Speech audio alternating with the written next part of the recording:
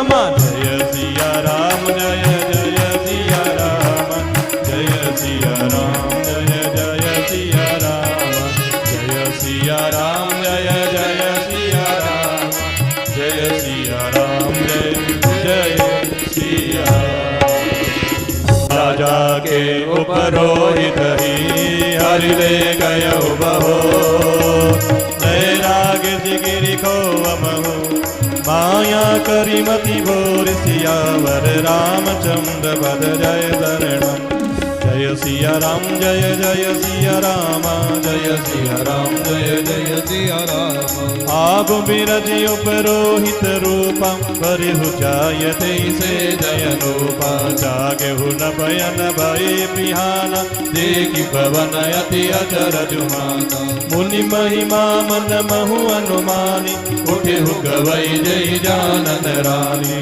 कानन गयहु बाजी चढ़ते ही पुर नर नारी न जाने हुए गए जाम जुग भूपति आवा घर घर उत्सव बाज बधावा उपरोहित ही देखि सब राजा चकित बिलोक सुमिर सोई काजा जुग समन पही कहे दिन तीनी कपटी मुनि पद रहमति लीनी समय जानी उपरोहित आवा तबहि मदे तब कही समुझावा जय सिया राम जय जय सिया राम जय सिया राम जय जय सिया राम हो नभ हर से पहचानी गुरु ब्रह्म बस रहा नचे बरे तुरत सत सबर विप्र कुटुंब समेत सियावर रामचंद्र पद जय दरणम जय सिया राम जय जय सिया राम जय सिया राम जय जय सिया राम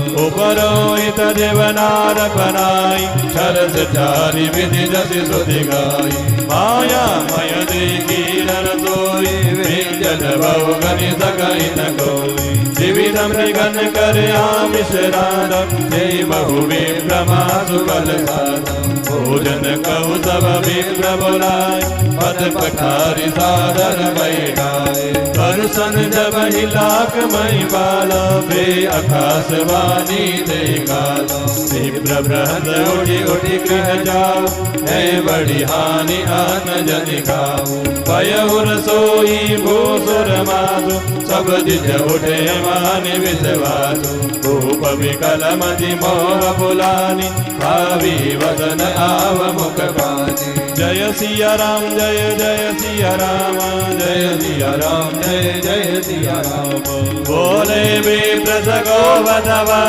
नहीं कछुकी न विचार रामा नहीं कछुकी न विचार जाय निशाचर हो न मूढ़ सहित परिवार सियावर रामचंद्र पद जय दरणम जय सिया राम जय जय सिया राम जय सिया राम जय जय सिया राम छत्र बंधु ते विप्र बुलाई काले लिए सहित समुदाय ईश्वर राखा धर्म हमारा जय हसी जय समेत परिवार संवत मध्य नास तब हो जल दाता नर है कुल को तब सुनिता विकल अति दासा वे बहोरी बर गिरा प्रभु श्राप विचारिन दीना नहीं अपराध भूप कछुकीना सकित विप्र तब सुनि नभ बानी भूप गयो ज भोजन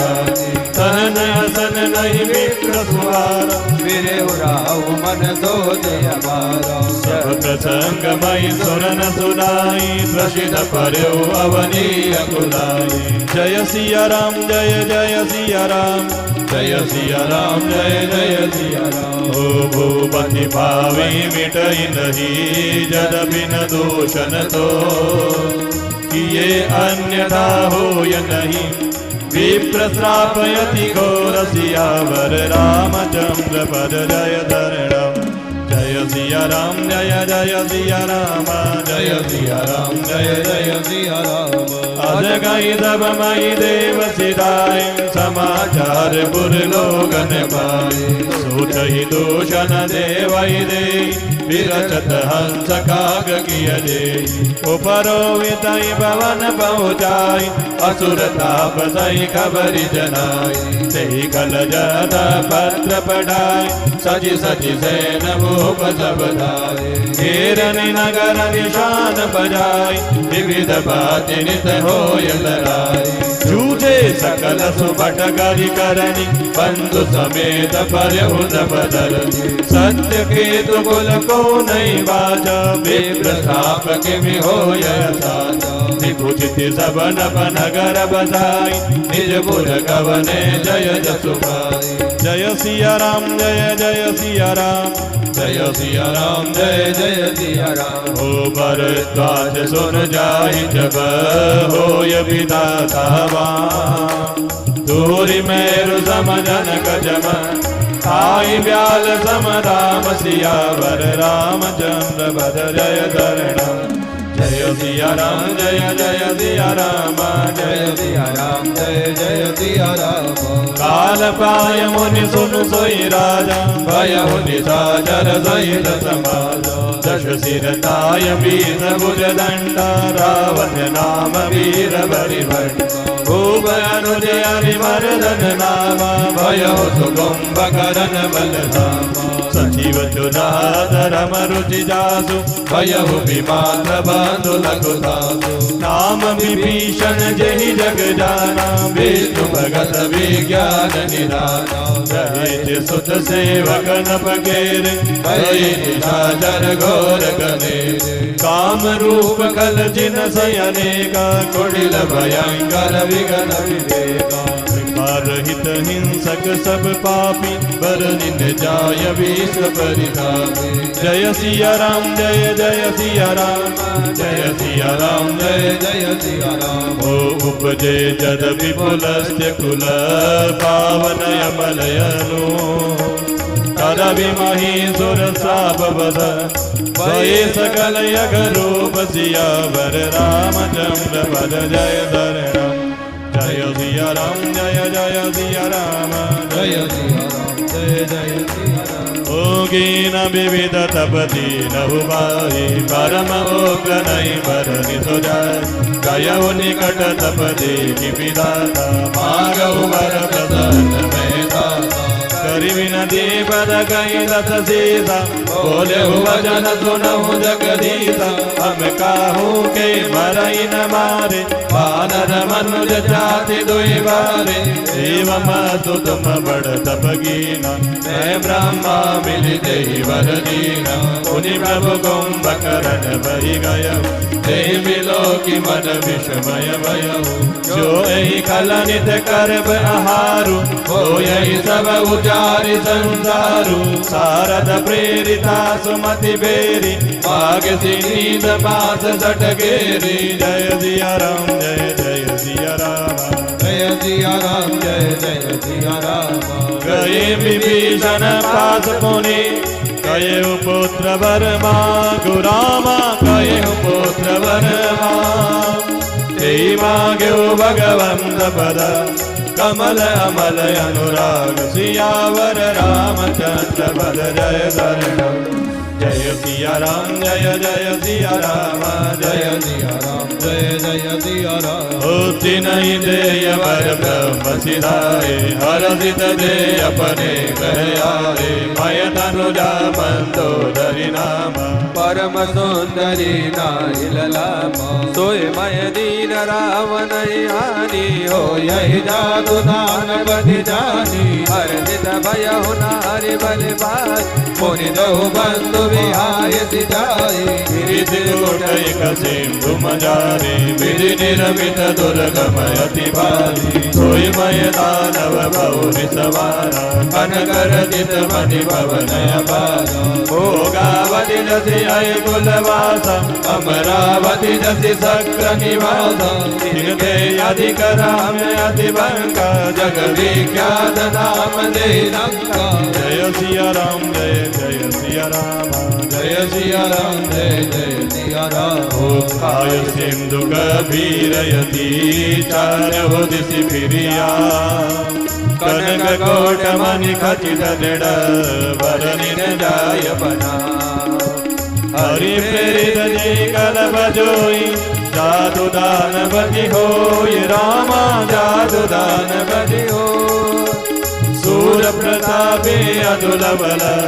दल समेत बस सोय सियावर रामचंद्र पद जय धरणम जय सिया राम जय जय सिया राम जय सिया राम जय जय सिया राम रहे तहाँ निश्चर बटवारे थे सब सुर समर संगारे अवतर के प्रेर रक्षक कोटि जजपति के दस मुख कतु खबरी सिपाही सैन साज गढ़ घेर जाई विकट बट बड़ी घट का जक्ष जीव ले गए पराई फिर सब नगर दसानन देगा गयो सोच सुख भयो विचेता सुंदर सहज गम अनुमानी कीन रावण रजधानी जय जस जोग बाटी ग्रह दीन सुखी सकल रजनी जर कीन एक बार कुबेर वरदाव पुष्पक जान जीत ले जावा जय सिया राम जय जय सिया राम जय सिया राम जय जय सिया राम ओ कौतुक कही कैलाश पुरी लीन सिजाय उठा मानव तोली निज बाहुबल चला बहुत सुख पाय सियावर रामचंद्र पद जय धरणम जय सिया राम जय जय सिया राम जय सिया राम जय जय सिया राम सुख संपत्ति सुत सेन सहाई जय प्रताप बल बुद्धि बढ़ाई नित नूतन सब भारत जाय हिमि प्रतिलाभ लोभ अधिकाई अति बल कुंभ करण यस भ्राता जे कहु नहीं प्रतिभट जग जाता करई पान सो वही सठ माता जागत होय अति हो पुर दाता जो दिन प्रति आहार कर सोई विश्व वेग सब चौपट होई समर धीर नहीं जाय बकाना नहीं समय अमित वीर बलवाना पारित नाथ जेठ सुत दासु घट महु प्रथम लीक जग जासु जय न हो यरन धन मुख कोई सुरपुर नितहि परावन होई जय सिया राम जय जय सिया राम जय सिया राम जय जय सिया राम तुम गया गंबन गोले सरदा धूम केतु अधिकाय रामा धूम केतु अधिकार एक एक जग जीत सका ऐसे सुबड़ निकाय सियावर रामचंद्र पद जय धरणम जय सिया राम जय जय सिया राम जय सिया राम जय जय सिया राम जय सिया राम जय जय सिया राम जय सिया राम जय जय रामचंद्र भगवान की जय। भावार्थ बालकांड दोहा संख्या 171। राजा के उपरोहित ही हरि ले गयो बहोरी लई राखिस गिर खो हमहो माया करीमती भोर। फिर वह राजा के पुरोहित को उठा ले गया और माया से उसकी बुद्धि को भ्रम में डालकर उसे अपने पहाड़ की खोह में लाके रखा। वह आप पुरोहित का रूप बनाकर उसकी सुंदर सेज पर जाकर के लेटा। राजा सवेरा होने से पहले ही जागा और अपना घर देखकर उसने बड़ा ही आश्चर्य माना। मन में मुनि की महिमा का अनुमान करके वह धीरे से उठा जिसमें रानी न जान पावे। फिर उसी घोड़े पर चढ़कर वन को चला गया। नगर के किसी भी स्त्री पुरुष ने नहीं जाना। दोपहर बीत जाने पर राजा आया। घर घर उत्सव होने लगे और बधावा बजने लगा। जब राजा ने पुरोहित को देखा तब वह उसी कार्य का स्मरण कर उसे आश्चर्य से देखने लगा। राजा को 3 दिन युग के समान बीते। उसकी बुद्धि कपटी मुनि के चरणों में लगी रही। निश्चित समय जानकर पुरोहित बना हुआ राक्षस आया और राजा के साथ हुई गुप्त सलाह के अनुसार उसने सभी विचार उसे समझाकर कह दिए।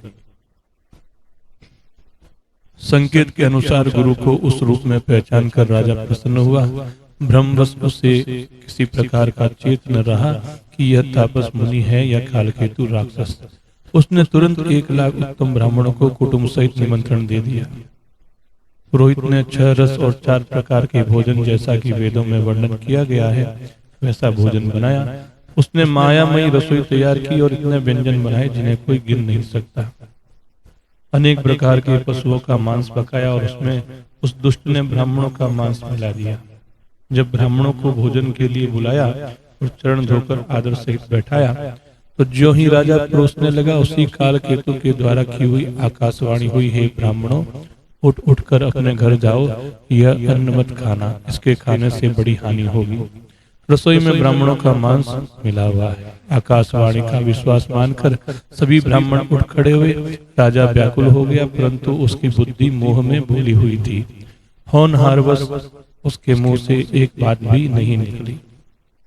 तब ब्राह्मण क्रोध सहित बोल उठे। उन्होंने कुछ भी विचार नहीं किया और कहा कि अरे मूर्ख राजा, तू जाकर के परिवार सहित राक्षस हो जा। रे नीच क्षत्रिय, तूने तो परिवार सहित ब्राह्मणों को बुलाकर उन्हें नष्ट करना चाहा था। ईश्वर ने हमारे धर्म की रक्षा की है। ईश्वर राखा धर्म हमारा, जे हसीते समेत परिवारा। अब तू परिवार सहित नष्ट होगा। 1 वर्ष के भीतर तेरा नाश हो जाएगा। तेरे कुल में कोई पानी देने वाला तक नहीं रहेगा। यह साफ सुनकर राजा भय के मारे अत्यंत व्याकुल हो गया। फिर सुंदर आकाशवाणी हुई, हे ब्राह्मणों, तुमने विचार कर साफ नहीं दिया। राजा ने कुछ भी अपराध नहीं किया है। आकाशवाणी सुनकर सब ब्राह्मण चकित हो गए। तब राजा वहां गया जहां भोजन बना था। वहां देखा तो न तो भोजन था, न रसोईया ब्राह्मण ही था। तब राजा मन में अपार चिंता करता हुआ लौटा। उसने ब्राह्मणों को सब वृत्तांत सुनाया और बड़ा ही भयभीत और व्याकुल होकर पृथ्वी पर गिर पड़ा। हे राजन, यद्यपि तुम्हारा दोष नहीं है, तो भी होनहार को कोई नहीं मिटा सकता। ब्राह्मणों का शाप बहुत ही भयानक होता है। यह किसी तरह भी टाले नहीं टल सकता। ऐसा कहकर सब ब्राह्मण चले गए। नगरवासियों ने जब यह समाचार पाया तो वे चिंता करने और विधाता को दोष देने लगे, जिसने हंस बनाते बनाते कौवा कर दिया। ऐसे पुण्यात्मा राजा को देवता बनाना चाहिए था, उसको तुमने राक्षस बना दिया। पुरोहित को उसके घर पहुंचाकर असुर काल केतु ने कपटी तपस्वी को खबर दे दी। उसने दुष्ट ने जहां जहां पत्र भेज दिए, जिससे सभी दुश्मन लोग अपनी अपनी सेना लेकर के वहां पर दौड़े आए। उन्होंने डंका बजाकर नगर को घेर लिया। नित्य प्रति अनेक प्रकार से लड़ाई होने लगी। प्रताप भानु के सभी योद्धा अपनी सूरवीरों की करनी करके रण में जूझ कर मर पड़े। राजा भी भाई सहित वहां पर मृत्यु को प्राप्त हुआ। सत्य केतु में के कुल में कोई बचा नहीं जो उन्हें जल पिला सके। ब्राह्मणों का शाप झूठा कैसे हो सकता है। शत्रु को जीतकर नगर को पुनः बसाकर सब राजा विजय और यश पाकर अपने अपने नगर को चले गए। याज्ञवल्क्य जी कहते हैं कि भरद्वाज सुनु जाहि जब, हो य विधाता वाम, धूरि मेरु सम जनक जम, ताहि ब्याल सम दाम। हे भरद्वाज सुनो, जब विधाता किसी के विपरीत हो जाते हैं तब उसके लिए धूल सुमेरु पर्वत के समान भारी और कुचल डालने वाली होती है। पिता यम के समान अर्थात काल रूप हो जाते हैं और रस्सी सांप के समान काट खाने वाली हो जाती है। हे मुनि सुनो, समय पाकर वही राजा परिवार सहित रावण नामक राक्षस हुआ। उसके 10 सिर और 20 भुजाएं थी और वह बड़ा ही प्रचंड सूरवीर था। हरिमर्दन नामक जो राजा का छोटा भाई था, वह बल का धाम कुंभकर्ण हुआ। उसका जो मंत्री था, जिसका नाम धर्मरुचि था, वह रावण का सौतेला छोटा भाई हुआ। उसका नाम विभीषण था। जिससे सारा जगत जानता है, वह विष्णु भगत और ज्ञान विज्ञान का भंडार था। और जो राजा के पुत्र और सेवक थे, वे सभी बड़े भयानक राक्षस हुए। वे सब अनेकों जाति के मनमाना रूप धारण करने वाले दुष्ट, कुटिल, भयंकर, विवेक रहित, निर्दयी, हिंसक, पापी और संसार भर को दुख देने वाले हुए। उनका वर्णन नहीं हो सकता। यद्यपि वे पुलस्त ऋषि के पवित्र, निर्मल और अनुपम कुल में उत्पन्न हुए, तथापि ब्राह्मणों के शाप के कारण वे सब पाप रूप ही हुए। तीनों भाइयों ने अनेकों प्रकार की बड़ी कठिन तपस्या की, जिसका वर्णन नहीं हो सकता। उनका तप देख करके ब्रह्मा जी उनके पास गए और बोले, हे तात, मैं प्रसन्न हूँ, तुम वर मांगो। तो रावण ने विनय करके चरण पकड़कर कहा कि हे जगदीश्वर, सुनिए, वानर और मनुष्य, इन 2 जातियों को छोड़कर हम और किसी के मारे न मरे, ऐसा हमें वर दीजिए। शिव जी कहते हैं मैंने और ब्रह्मा ने मिलकर उसे वर दिया कि ऐसा ही हो, तुमने बड़ा तप किया है। फिर ब्रह्मा जी कुंभकर्ण के पास गए, उसे देखकर उनके मन में बड़ा आश्चर्य हुआ। उन्होंने सोचा कि जो यही खल नित करब आहारू हो, यही सब उजाड़ संसारू। तो यह दुष्ट यदि नित्य आहार करेगा तो सारा संसार ही उजाड़ हो जाएगा। ऐसा विचार करके उन्होंने सरस्वती जी को प्रेरणा करके उसकी बुद्धि फेर दी, जिससे उसने 6 महीने की नींद मांगी। फिर ब्रह्मा जी विभीषण जी के पास गए और बोले, हे पुत्र वर मांगो। उसने भगवान के चरण कमलों में निर्मल, निष्काम और अनन्य प्रेम मांगा। उनको वर देकर के ब्रह्मा जी चले गए और वे तीनों भाई हर्षित होकर के अपने घर लौट आए। मैं दानव की मंदोदरी नाम की कन्या परम सुंदरी और स्त्रियों में शिरोमणि थी। मैंने उसे लाकर रावण को दिया। उसने जान लिया कि यह राक्षसों का राजा होगा। अच्छी स्त्री पाकर रावण प्रसन्न हुआ और फिर उसने जाकर दोनों भाइयों का विवाह कर दिया। समुद्र के बीच में त्रिकूट नामक पर्वत पर ब्रह्मा का बनाया हुआ एक बड़ा भारी किला था। महान मायावी और निपुण कारीगर मय दानव ने उसको फिर से सजा दिया।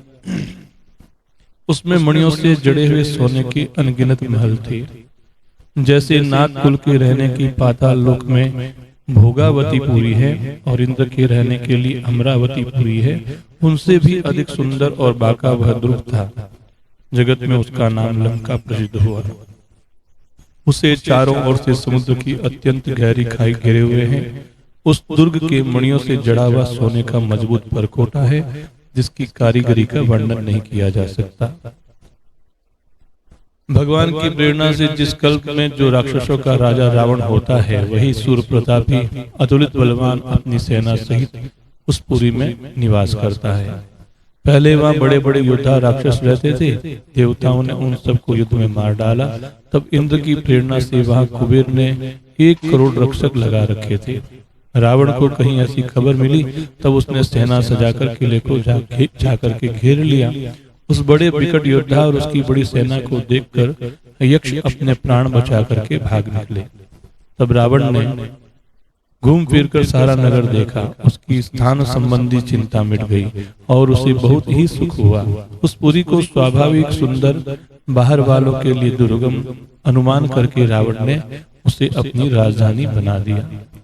योग्यता के अनुसार घरों को बांटकर रावण एवं राक्षसों को सभी को सुखी किया। एक बार वह कुबेर पर चढ़ दौड़ा और उससे पुष्पक विमान जीत करके ले आया। फिर उसने जाकर खिलवाड़ ही में कैलाश पर्वत को उठा लिया। मानो अपनी भुजाओं का बल तौलकर वह सुख प्राप्त करके वहां से चला आया। सुख, संपत्ति, पुत्र, सेना, सहायक, जय, प्रताप, बल, बुद्धि और बड़ाई, ये सब उसके नित्य नए वैसे ही बढ़ते जाते थे जैसे प्रत्येक लाभ पर लोभ बढ़ता है। अत्यंत बलवान कुंभकर्ण सा उसका भाई था, जिसके जोड़ का योद्धा जगत में पैदा ही नहीं हुआ। वह मदिरा पीकर 6 महीने सोया करता था। उसके जागते ही तीनों लोकों में तहलका मच जाता।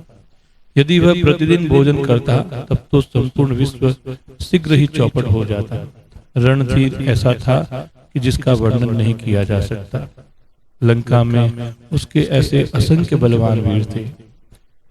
मेघनाथ रावण का बड़ा लड़का था, जिसका जगत के योद्धाओं में पहला स्थान आता है। रण में कोई भी उसका सामना नहीं कर सकता था। स्वर्ग में तो उसके भय से नित्य भगदड़ मची रहती थी। इसके अतिरिक्त दुर्मुख, अकंपन, वज्रदंड, धूम्रकेतु, अतिकाय आदि ऐसे अनेक योद्धा थे जो अकेले ही सारे जगत को जीत सकते थे। बोलो सियावर रामचंद्र भगवान की जय।